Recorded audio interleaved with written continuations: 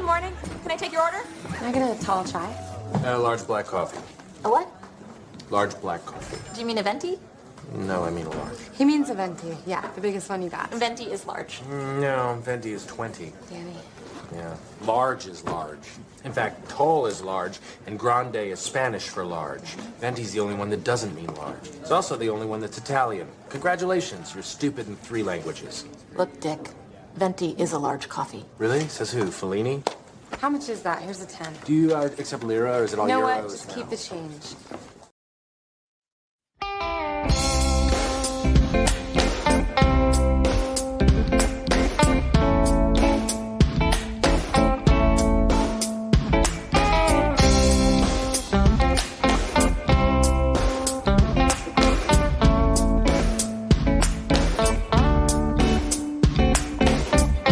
Now get ready for another exciting episode of We're Just Ken, where comedy meets life. Hello. Drew, can you clear up for us the coffee sizing differences? Listen, words mean different things in different cultures, and sometimes words get co-opted by communities to mean things they didn't originally. And so Starbucks, being the first player in the broader coffee scene, can do whatever the hell they want, quite frankly. I think Paul Rudd was just in a bad mood that day, I think. Which is unusual. You know, Paul's normally amicable, amiable, whatever word I'm looking for. It seems like he's generally an American hero and somebody that sheds positivity. Well, folks, if you didn't catch it off the video, we have a coffee guy on, the coffee guy, in my opinion. His name is Drew Pond from Stone Creek Coffee. Happy to be here. Elated. Well, we appreciate it. I first heard Drew on another podcast. If any of our listeners remember Neil from a few weeks ago, they have a kind of side podcast off of No Laying Up that's not golf. They cover everything. And one of it was coffee, and I've just been fascinated. I meant to bring my coffee cup from Stone Creek. It's the one with Neil and Big Randy stretching. I believe it's glutes activated. But yeah, I've ordered a lot of coffee from you guys. I really enjoy it. Yeah, thanks for coming on. Yeah, pleased to hear you're enjoying the coffee, and the No Laying Up kind of partnership was just a fun little side project that turns out you can reach a lot of golfers, through a good brand like No Laying Up. It's been a good way for us to kind of spread our digital legs a little. That was not the word I was looking for. We're not looking to spread anybody's digital legs, but spread our digital reach a little bit. My we goodness. got you. Your digital wings, yeah. Yeah, wings. That's it. Well, it's an Colin doesn't play on a Monday. Yeah. Colin doesn't play a lot of golf, but when he does, he always has a cup of coffee with him. Yeah.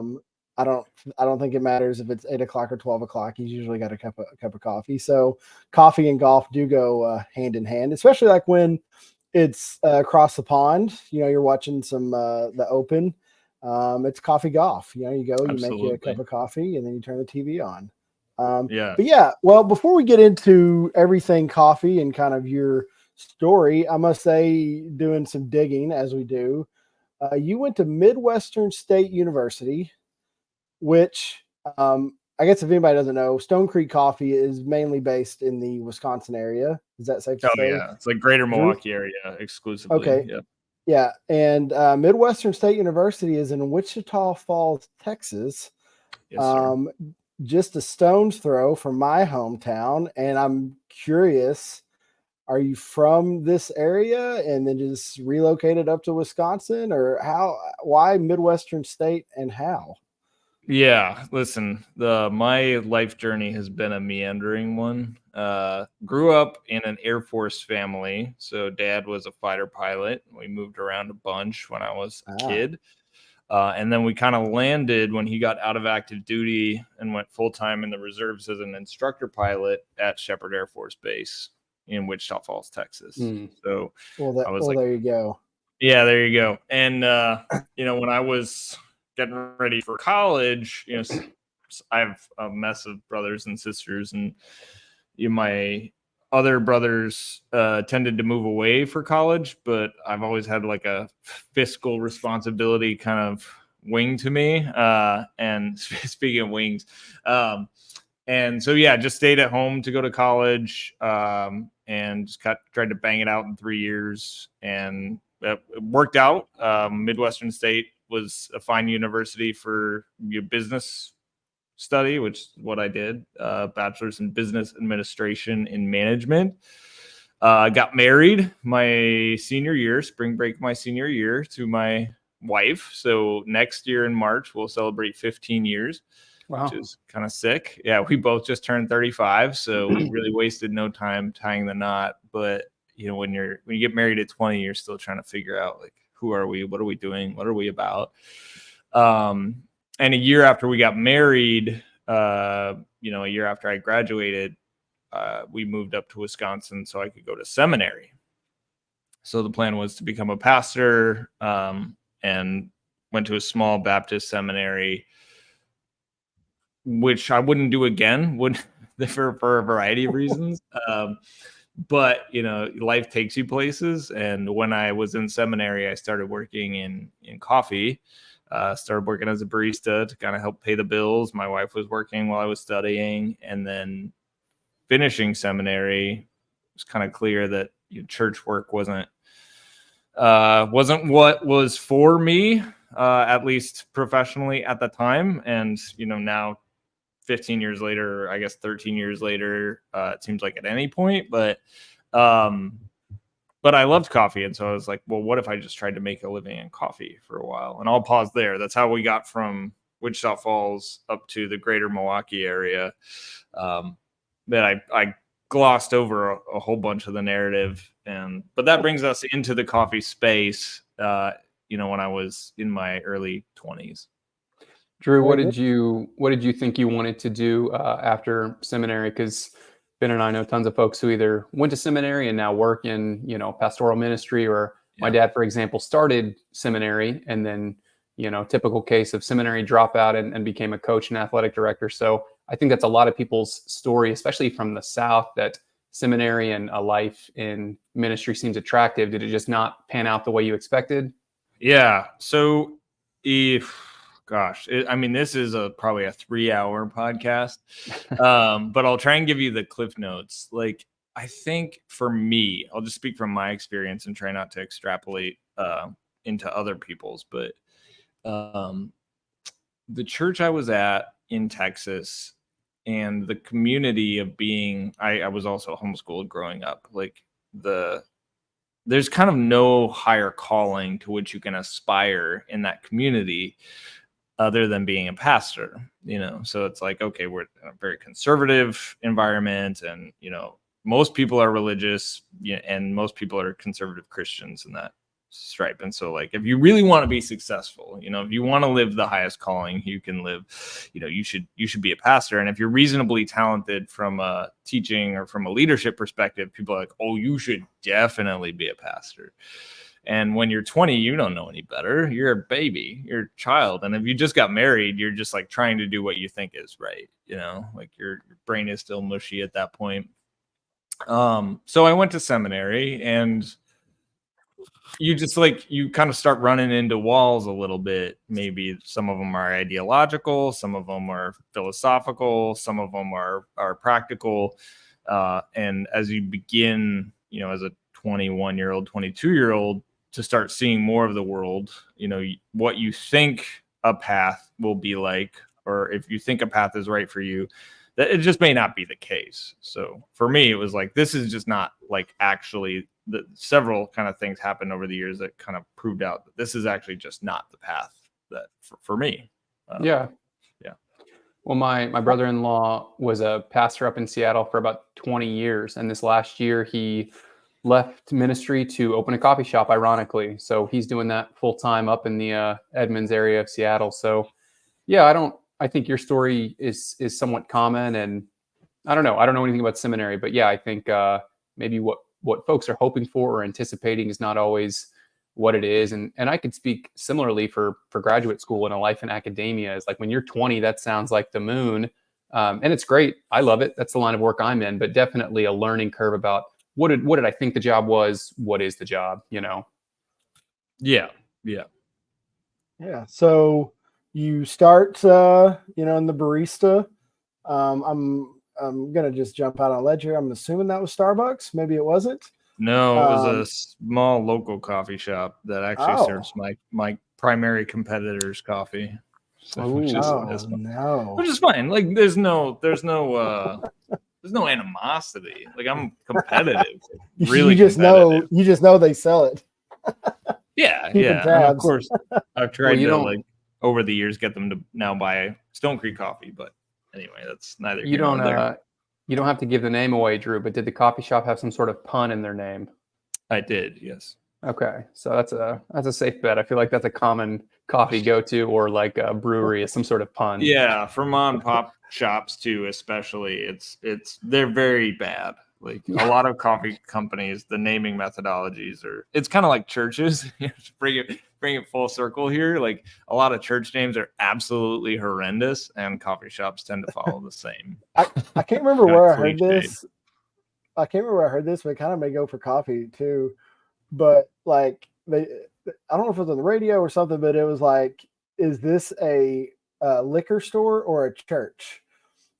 It's like the names of them, and they just like compared, and it was funny how eerily similar, especially some of the newer age churches are starting to sound. Just the names are very much similar to liquor stores. So you start barista. Is that kind of? I'm guessing you were always a fan of coffee, but is that like where you fell in love with it? Is that? I mean, going through all your catalog of stuff that y'all do there at Stone Creek, it just seems like there's not a lot more passionate people about coffee than you. I appreciate that. Yes, I think so. I grew up drinking coffee. My parents drank coffee all the time. And so, from the time I was 8 or 9, I remember periodically drinking it, usually putting a lot of creamer in it, as one does. And when I got into college, I drank more. Like one of our primary hangouts, Wichita Falls, Texas, by the way, not a fan. I don't rush to get back there and visit. There's nothing to do. You don't like Stike Center? No, sir. Which is like a ghost town at this point, right? So the only thing to do in that city, all those mid-sized towns that have malls they're done. Yeah, done. So done. So the only things to do in and around that city are either to go shoot stuff, which we did, being southern people. Like we got out and we went hunting, and we did shot clays and did all that stuff and had a good time. And then hang out at Starbucks. So when my wife and I were dating in college, it's like, oh, what are we going to do tonight? We're going to Starbucks. We're going to get a lot of lattes. So toffee nut lattes, white mochas, things of that nature. That's how I started drinking coffee on a daily basis. But then, and like through high school and college, one of the jobs I wanted was like, I think it'd be fun to work at Starbucks. So I applied to Starbucks probably 4 times, never got an interview, never got a job, which is hilarious kind of looking back on it now. That was the pre-recession economy. Things were booming. Yeah, truly. Starbucks was booming there for a time. We could talk about Starbucks. That's another 3-hour pod. But anyway, so in seminary, I started working at this coffee shop that served Colectivo, is the name of my competition here locally in Milwaukee. There are probably 4 or 5 local roasters, but Colectivo is the biggest one. We're actually the second biggest. And as part of that work, we could go to the Colectivo roastery for like a training session with one of their baristas. So through tasting their coffee and kind of getting a little bit more detailed barista training, I started to see like, oh, this coffee thing is different maybe than I thought it was. Like, this is also the time moving to Milwaukee. I just turned 21, starting to be exposed to craft beer. I didn't really drink, underage or anything. So getting exposed to craft beer, just falling in love with beverages in general, which has been an ongoing theme of my life since then. And I'm also an incredibly obsessive personality. So when I get into something, I get extremely into it. So if you go back through my life, you can look at these seasons of hobbies, and each hobby has gone to an absolutely absurd level in terms of my involvement in it. And so coffee kind of became a hobby and a job, and has continued to be that, for now 12 years in the coffee industry. So I just kind of threw myself into it at that point and learned as much as I could just while I was working as a part-time barista.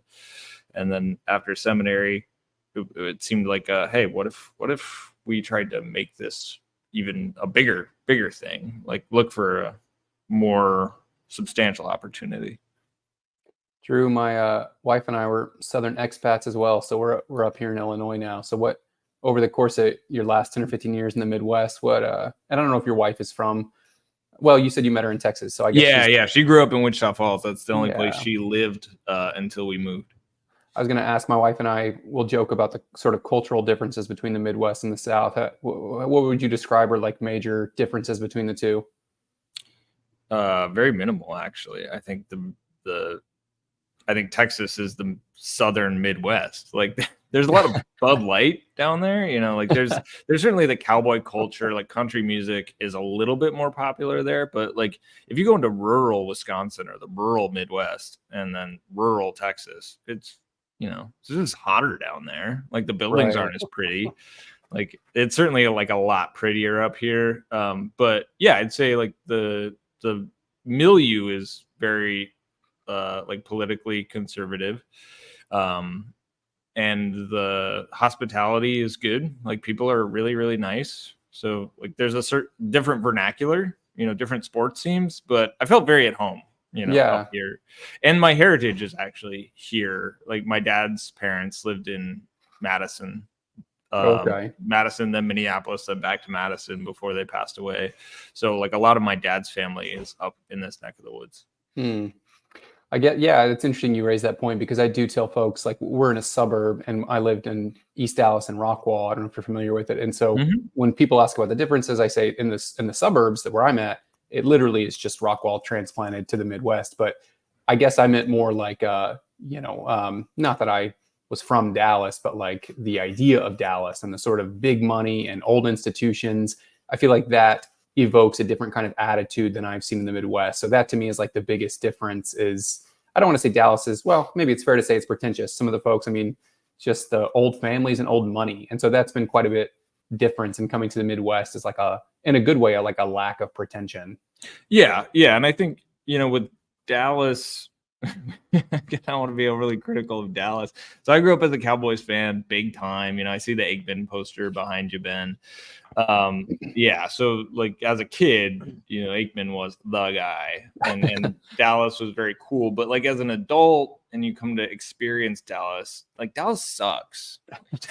It's really, really tough scene. Like particularly when you compare it to like a Milwaukee or Madison. Granted, those are much smaller, but like Dallas, for as big of a city as it is so hard to navigate, and the culture, like the cultural diversity of things you can experience, is minimal compared to even Chicago. And I'm not a big Chicago guy either. Chicago certainly has its problems, but as a food and beverage guy, Chicago is awesome, and Milwaukee is like a mini Chicago in that realm, or in that area. So yeah, all that to say is like I enjoy the cities in the Midwest much more than I enjoy the cities, at least in North Texas. Fort Worth is much better than Dallas, and Austin is very cool. I like Austin a lot, and San Antonio is fine. So Houston is Dallas, but further south.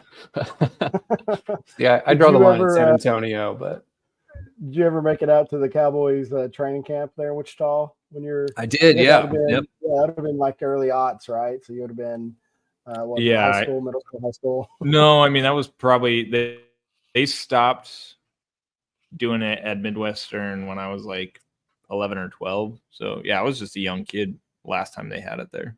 Okay, but yeah, I would go out. It was so hot though. Like it's always hot there. Miserable. It's like, so bad. Yeah. August like in really Wichita Falls. I couldn't think of a worse place to have a training camp. Yeah. Agreed. I'm surprised they did it there for probably the better part of 5 years, 7 years, Yeah. something like that. Yeah. So you touched on this a little bit. So when did you know, like, that this hobby that you kind of fell in love with would be work? And you said what if we started doing this? And like, what is this Yeah. exactly? And like, what steps were there? Well, I didn't know. Yeah. So, I finished seminary. Things didn't really go great. Yeah. Like, I came to not really appreciate the seminary I was at for a variety of reasons, or the church I was at the time. So I kind of felt like just lost as a person, which is also a theme of my life a little bit. But my wife and I, we had a good marriage. We really like each other. So it's like, all right, we're still good. What are we going to do now? We moved up here. We don't really want to move back to Texas. So like, what do we do? And I was like, I don't know, but it's just the two of us. We're really, really frugal. So we can, get by on not a lot of money. I want to work in coffee for now. Let's just see what happens. So I started working as a barista trainer for a small series of mom and pop shops, kind of in the Brookfield area of Wisconsin. And I only did that for 3 months before I started at Stone Creek as a cafe manager in the Delafield Cafe. So there were 10 cafes here at the time. And, things evolved quickly, but going back to when did I know it was going to be like a job? It was more like, hey, I just want to do this. So I'm going to find a job and kind of find my way. And that's what happened. And I never intended for it to be like my whole career. But I also didn't intend to not be a pastor. But before I went to seminary, I just intended to work a job at a bank or something. Like I was applying to like Geico's leadership development program. So like when we look at our lives, very few of us ever plan it out. We're like, well, I'm going to do this and then I'm going to do that. And here's how it's all going to go. It just kind of evolves. And Clay Christensen is an author. He wrote a great book called How Will You Measure Your Life? And there's a theme in that book about being open to emergent strategies as they come across your desk. Like you're living your life. You've got a plan. Usually 2 to 3 years out, you've got your short-term goals, and maybe you have some long-term stuff you're trying to achieve, but there are going to be things that come across your desk in life, your figurative, metaphorical desk. And some of those things can be really meaningful and additive to what you're doing. And if you have an eye to see opportunities and insert yourself or speak up or raise your hand, like you'd be very surprised the things that, the places you can find yourself going, versus just like head down, doing the same thing every day, like not looking for those opportunities. You'll probably live a much more predictable life and growth curve. So you went from, you said you were training baristas at this point. I didn't realize, okay, so your next step after you're kind of, when you thought maybe I could do this, was with Stone Creek and kind of a training role. Is that? No. So right? I was training baristas for a small mom and pop shop. And then I jumped from there over to Stone Creek. Oh, okay. Now was Stone Creek established, I guess, when you, or yeah, because I know you're a co-owner. Yep. So yeah. Stone Creek. Okay. Sorry, I'm way ahead of you. You're good. You're good. ADHD so yeah, brain firing. Oh, me too. So yeah, so now you're with Stone Creek, and kind of what steps? Obviously, you didn't go there, or maybe you did as co-owner at that time. How did that kind of progress once you joined Stone Creek? I did not join as a co-owner. So 2014, like February 1st was my first day managing the Delafield store. But if I take you back in Stone Creek history to 2012, at that point, 2012, Stone Creek is 20 years old. So the founder, Eric Resch, had been running the company for 20 years, hustling, trying to make it work. Coffee is a very difficult business to make work. We could get into that too. That's another 3-hour podcast, but it's very, very, very difficult business. I wouldn't recommend people like rush in, like, I'm going to get involved in coffee. I had no idea what I was doing or what I was in for when I had those thoughts myself. But Eric's hustling for 20 years. He ends up with 10 cafes. And in 2012, he really was at a point in his career of, hey, do I keep doing this? If I'm going to keep doing it, like, I'm going to reinvest, I'm going to double down, or I'm going to get out. And he chose at that point, like, he had just gotten married as well. And he chose to reinvest and double down and kind of reform how Stone Creek went about acquiring coffees and roasting and barista training. Because at that point, 2011, 2012, it was very much like Starbucks, like almost indistinguishable from like a drink quality, coffee quality, very dark roasts, but in a mom and pop, slightly evolved mom and pop format. So 2012, it's like, all right, we're gonna build this thing. Like, we're gonna get really serious, and we're gonna be one of the best coffee roasting companies in the United States, which is a journey from where they were. So 2014 comes around, and Eric is trying to figure out how to get there, and he's doing a good job with the coffee sourcing and the coffee roasting, and the barista training is evolving. But there was a lot of cultural stuff in the business. People had been there a long time, hesitance to change. So I'm there for 2 months, and then the cafe manager at the cafe down the street in Economowalk, they left. So then I started managing 2 cafes. And then 2 months later, the COO at the time left. So then that day when the COO told me they were leaving, I went and found Eric in the stairwell here at the factory, the roastery where I'm at now. And I was like, hey, Julia just told me she's leaving. Like, I would like to talk to you. Like, I've seen Moneyball like 15 times. Like, I think I can help here. I studied business and just had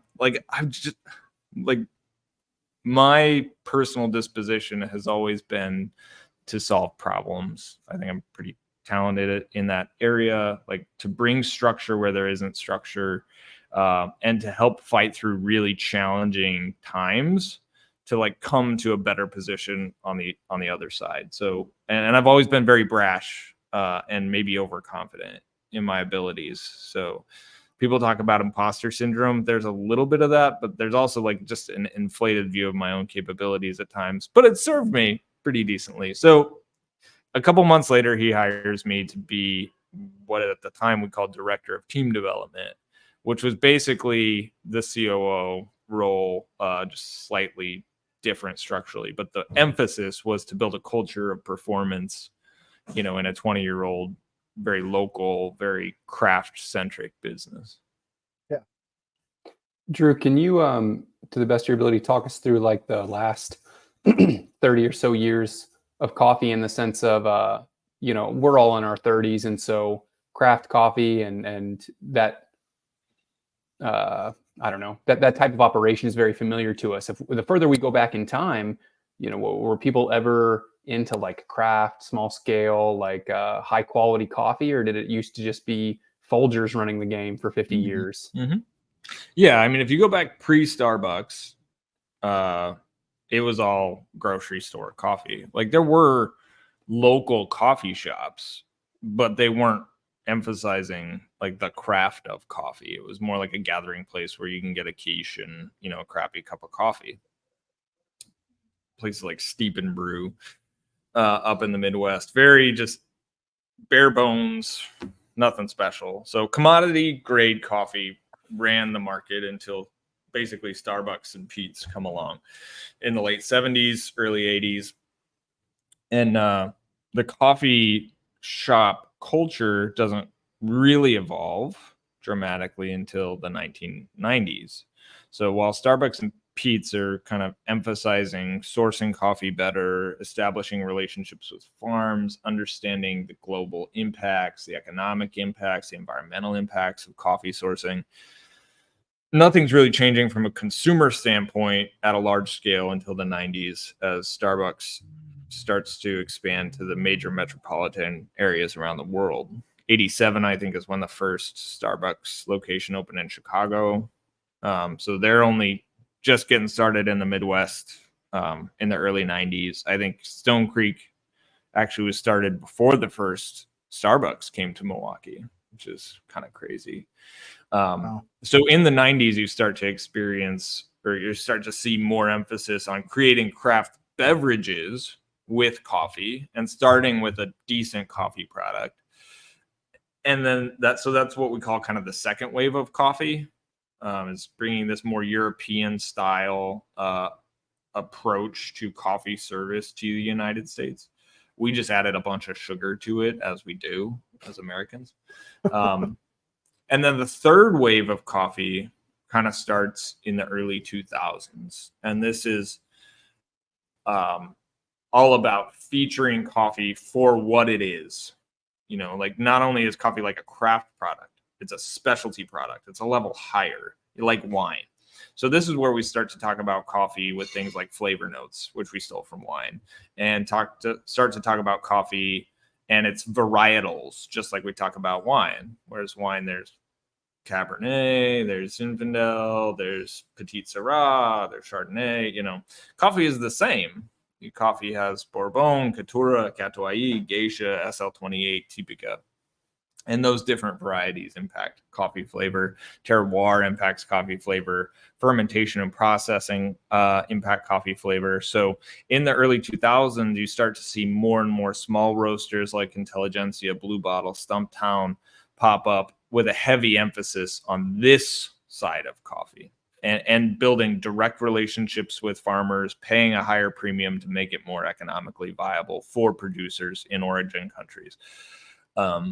And yeah, so that movement boomed from basically 2003 up until about 2018. We went from a few hundred coffee roasters to 7,000 independent coffee roasters in the United States. Wow. Most of those are very, very small, but there was a big boom in that culture. And whenever you went into one of those coffee shops and had one of those cups of coffees, you're like, wow, like I didn't know coffee could taste like this. This is special. And it is special. It's amazing. It's delicious. And it's very, very cool at every point in the journey from farm to cup. The downside is that it's still not very economically viable. Like I said, it's a very difficult business. You have heavy headwinds in terms of like climate change and its impacts on coffee production. So there's a diminishing specialty coffee production in a lot of the countries in which we work. The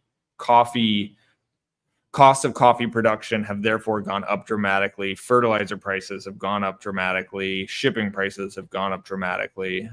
So in a business with really tight margins, just in the sourcing and roasting side, those margins have shrunk just by nature of those factors.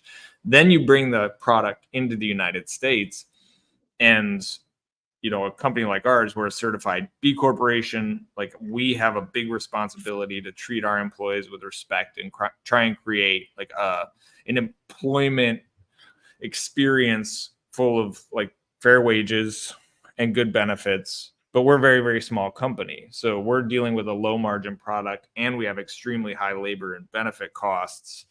And we're trying to deliver a really remarkable experience to our customers. So we invest heavily in our spaces, and the margins go from small to tiny to almost non-existent. So like that's the challenge that we have. That's a challenge that all of specialty coffee really has. It is that our passion has driven us to be as excellent as possible, but the broader community, broader understanding of coffee and what it should cost hasn't yet caught up. If I were to tell you, like, if coffee was to run like another business with sustainable margins, you wouldn't pay like $20 a pound like you do right now for Stone Creek coffee. You'd pay $40. You wouldn't pay $4 for your cup of coffee. You'd pay $8 if you really want to make it sustainable. And selling that to the broader population at this point is still pretty tough. So I think that's a general assessment of the evolution and kind of where we are right now. I remember the podcast that I alluded to earlier. The first time I heard you, I believe that was in 21 or 22. My dates are all. Yeah, I think it was just last year, actually, last summer, 2023. Oh. Yeah. Well, there you go. And at that point, you had talked about kind of the expense of coffee, and that people like view kind of coffee as, this thing that I'll just go get something cheap when really even the cheap should be more expensive probably. And just like people have this misconception of what coffee costs. Mm-hmm. And even in that like podcast, because I grew up, coffee to me was I go to my dad's shop and I get the worst, darkest black of coffee I've ever tasted. And then I'll never forget, I was watching some show from the 90s. This would have been late 90s, early. No, this probably been mid 2000s or something. And I'll never forget like the idea of this person going into a Starbucks. I was like, that's ridiculous. Like a coffee store? Like, why would anybody just have like what are you gonna do? Just like coffee and put like milk in it? Like, I don't understand like where this comes from. So it is my perception, and it's probably different growing up in rural West Texas.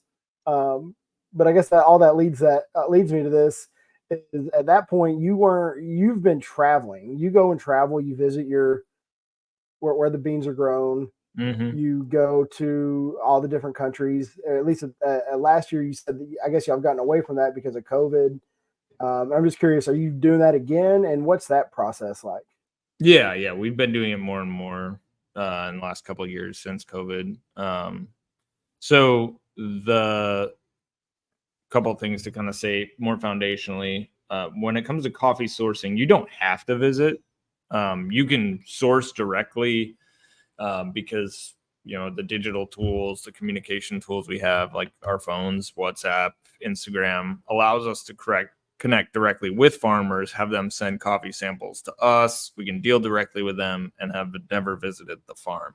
So you can do it well. And there's no shame in that game, but ideally we'd like to go, particularly partners we've worked with for a while. We'd like to go check it out and make sure we understand sort of what they face, the challenges of their operation. And also like being down there allows us to taste a lot of things and see a lot of things and get access to certain coffees that maybe we wouldn't if we were working purely digitally.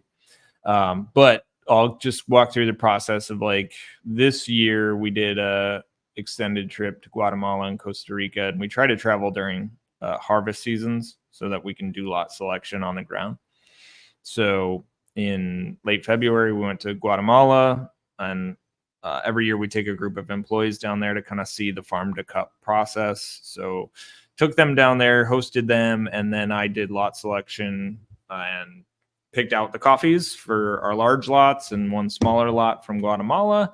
And then I met Eric, our founder, in Costa Rica, and we did a lot of micro lot selection in Costa Rica. And then once we've kind of picked out which coffees, from these farms or these exporters that we're working with, we can go like do the farm work kind of after that, and photos. And if we're working with a new farm, make sure we meet those people. And it's not hard.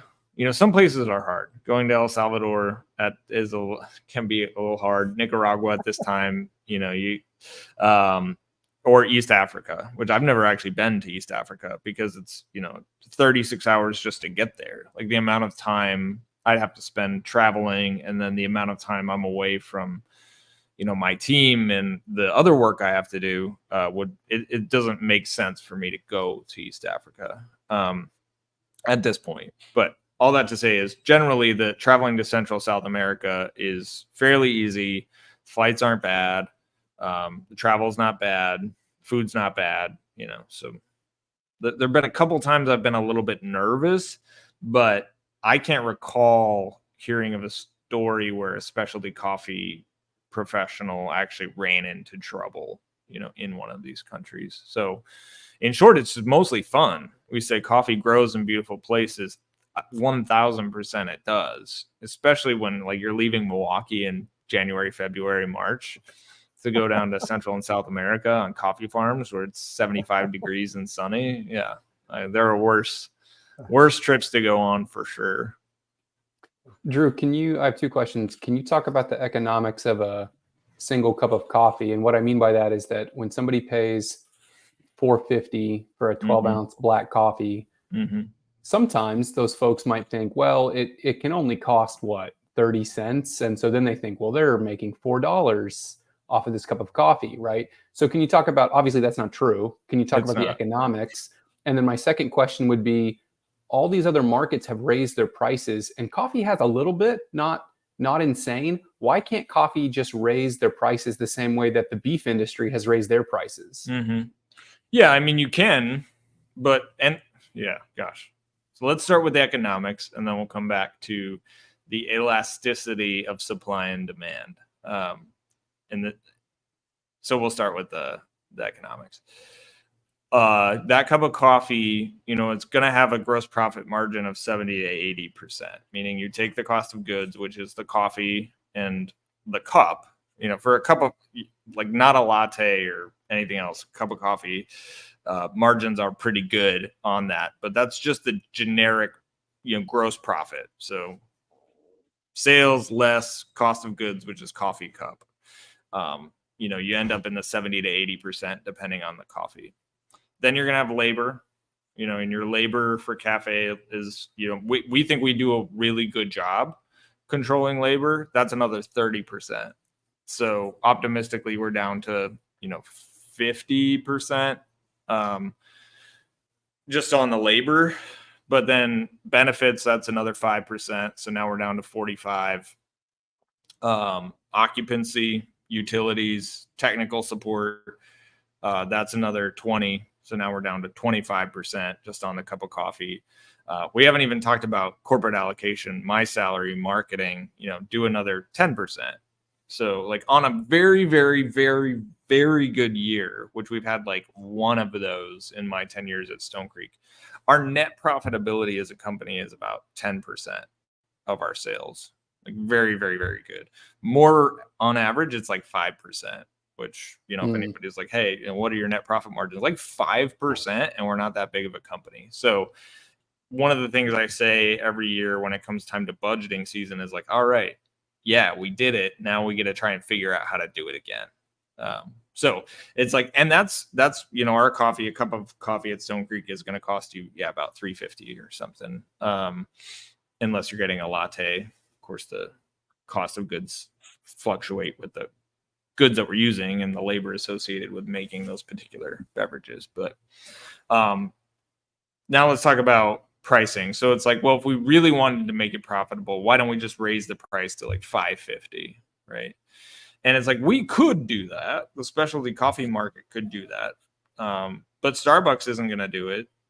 And the commodity coffee that people are used to, they're not going to do it because they don't give a rat's ass about, like, my team or their teams in a lot of cases, and the farmers. Like, they exist to serve the shareholder.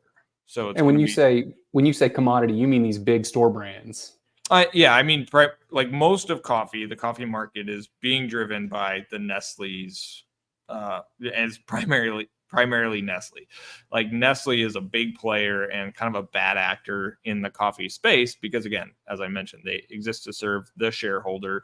They drive a lot of commodity buying, commodity selling with coffee, which the commodity market for coffee, go deeper on this, but I'll try and stay superficial for a minute. The commodity market drives coffee pricing. And the coffee pricing is set based on financial speculation because coffee being traded as a commodity is a huge financial tool. It's basically like the stock market. There's a lot of speculation and trading, to invent money. So it's being driven by that financial speculation, and then it's being driven some by global coffee production estimates. So, like, we don't buy much in Brazil, but Brazil is such a huge coffee producer that if they have a bad year, like if production in Brazil goes down, that's going to drive pricing up, even in countries that aren't impacted at all by Brazil, because coffee pricing is set on this global commodity scale. You can look up the commodity price of Arabica and Robusta futures, C market price. But pretty much all coffee pricing is set off of that, even when you're working with premium specialty coffees, like we do. Like, we don't buy any commodity coffee, but we have to buy in reference to the commodity price in most cases. So all that to say is that if we raise the price of our coffee dramatically, we're probably going to drive more customers back to commodity grade coffee, because those large entities aren't going to get in cahoots with us and say, like, you know what, we should really do some good for the farmers. We should really be paying more for our coffee, because that they don't serve to benefit from paying more for their coffee. They serve to benefit by paying the extreme minimum, like the absolute least they can, and which makes sense. All businesses technically do in a free market, but maybe that doesn't raise all boats, as they say. Right. Yeah, it's like the And we equivalent.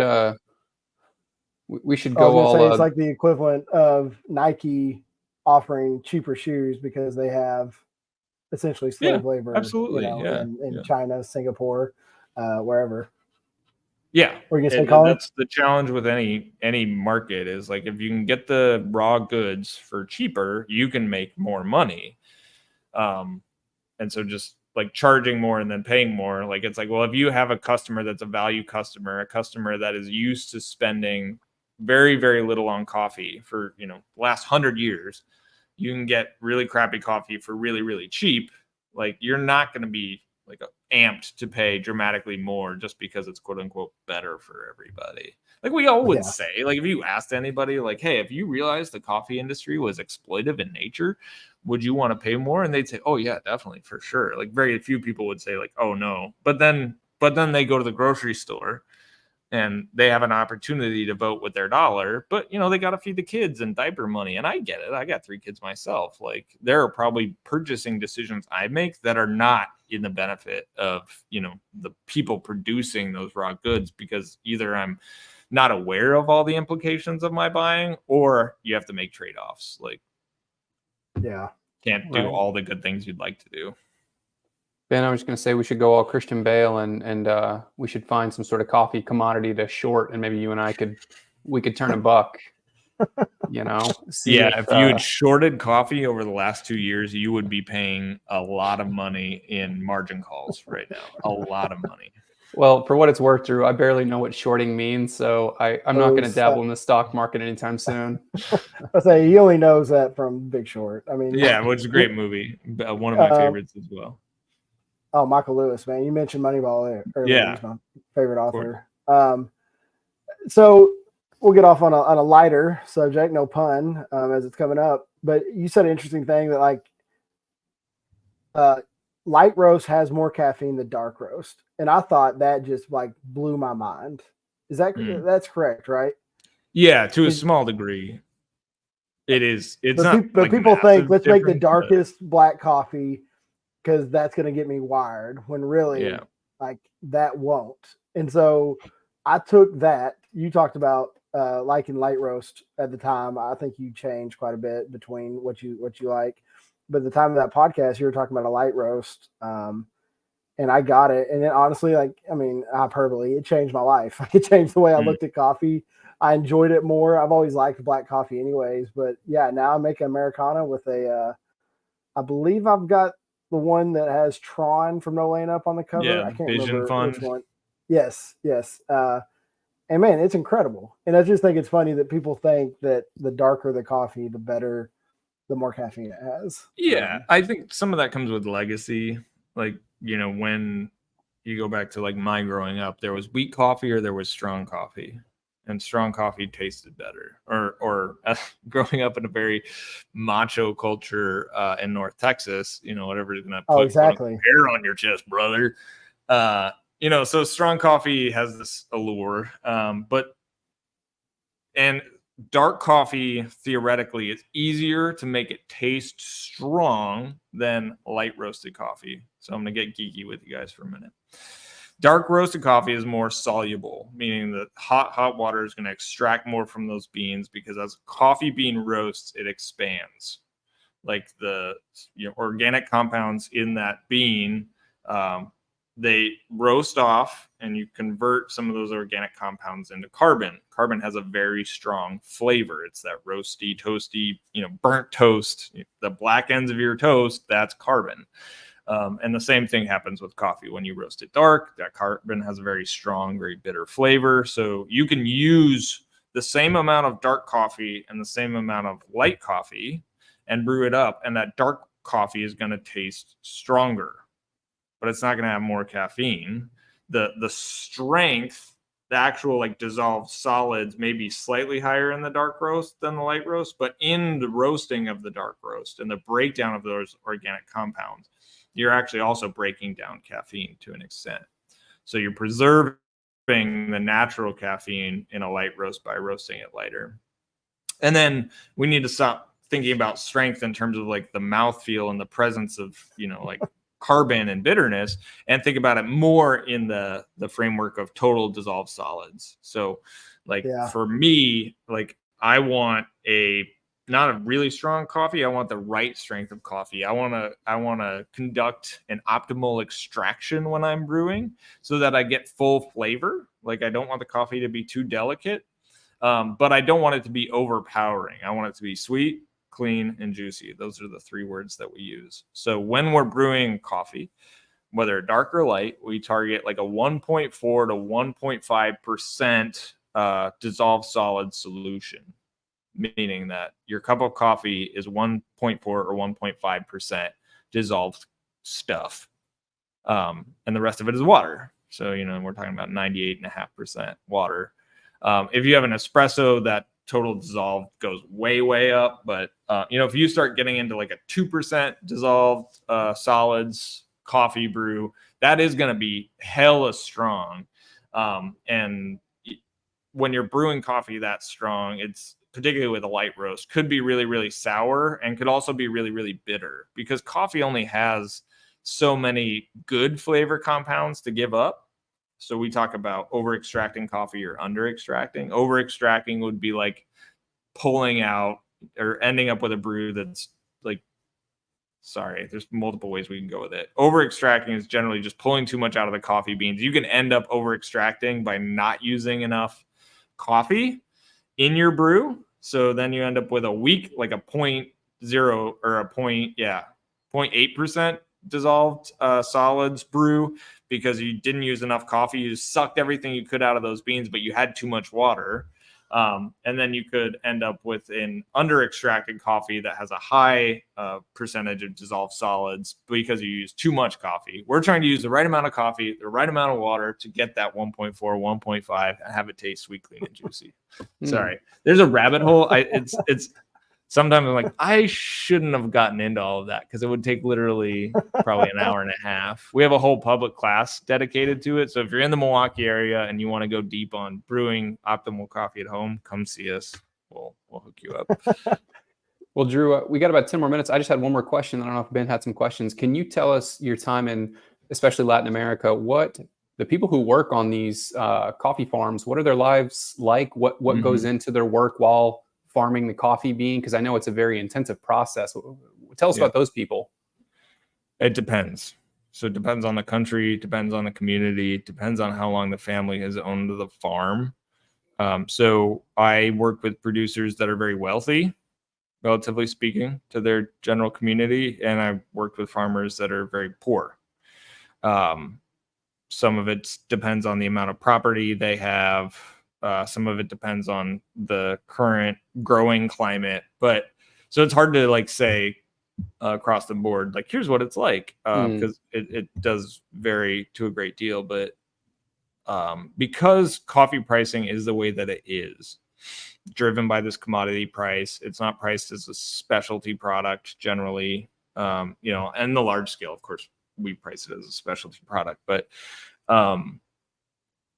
coffee has to be harvested in most cases by hand.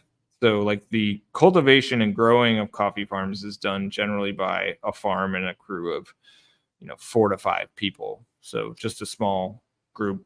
Most coffee farms are very, very small. But when it comes harvest time, there's so much coffee to pick by hand, and you have to pick it at the right time, kind of like grapes in California.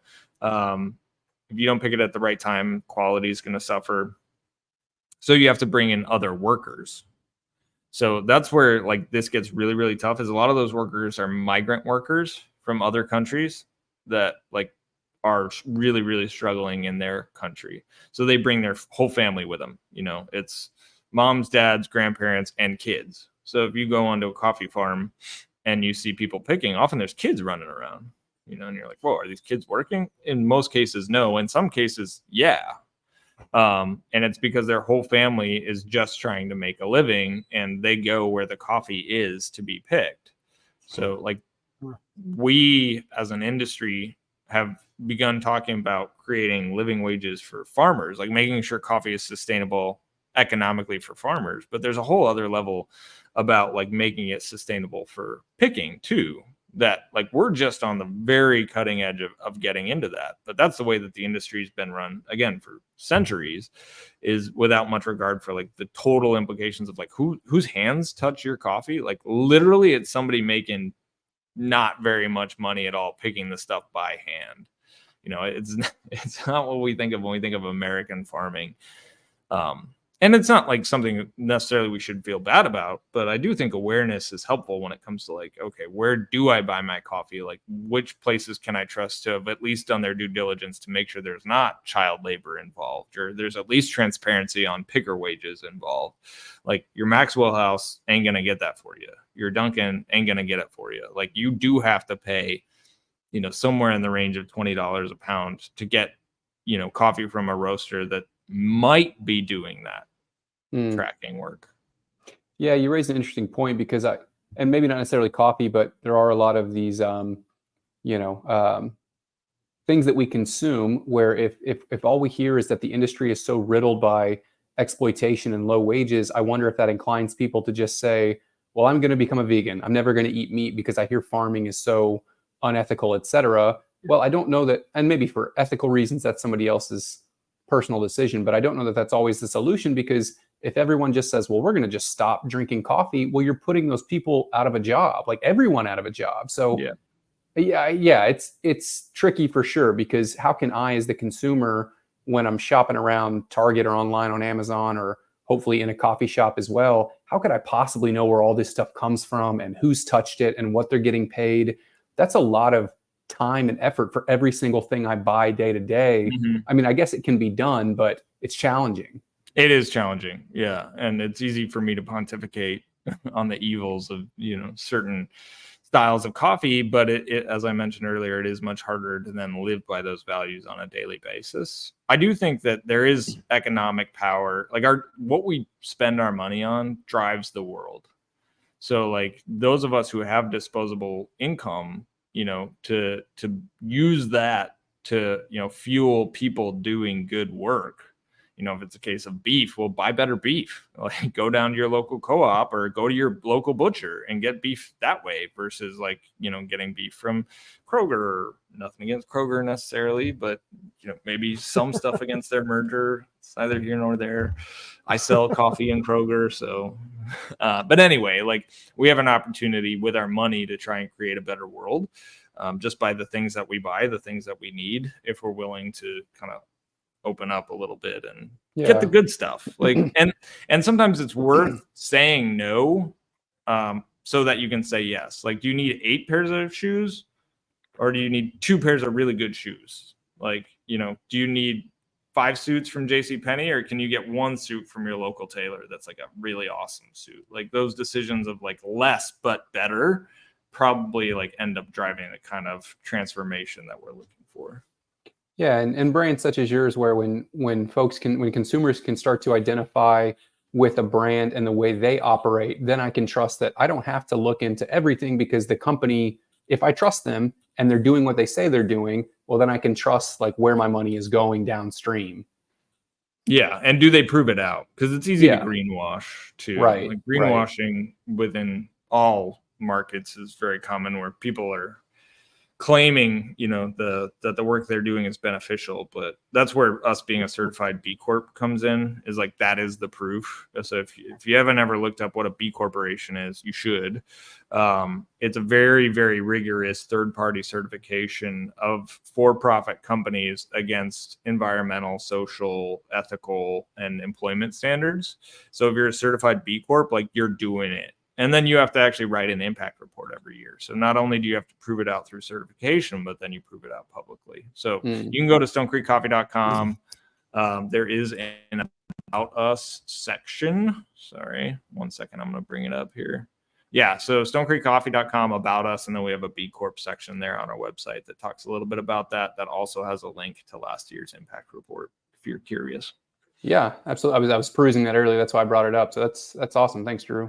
Yeah. Ben, anything else And you for can Drew? also get, well, I was going to say, you can also go to stonecreekcoffee.com and shop a variety of coffees, cups, brewer. I mean, they have everything you need. You can kind of, if you're an at-home barista, kind of like me, I make my wife a latte pretty much every morning. They have lots of good stuff, lots of coffee. It's funny you're talking about expensive. If you're buying quality stuff, it's not expensive, right? No matter what it is. And I feel the same way about coffee, especially now, for the past year since I listened to you, Drew, on that first podcast.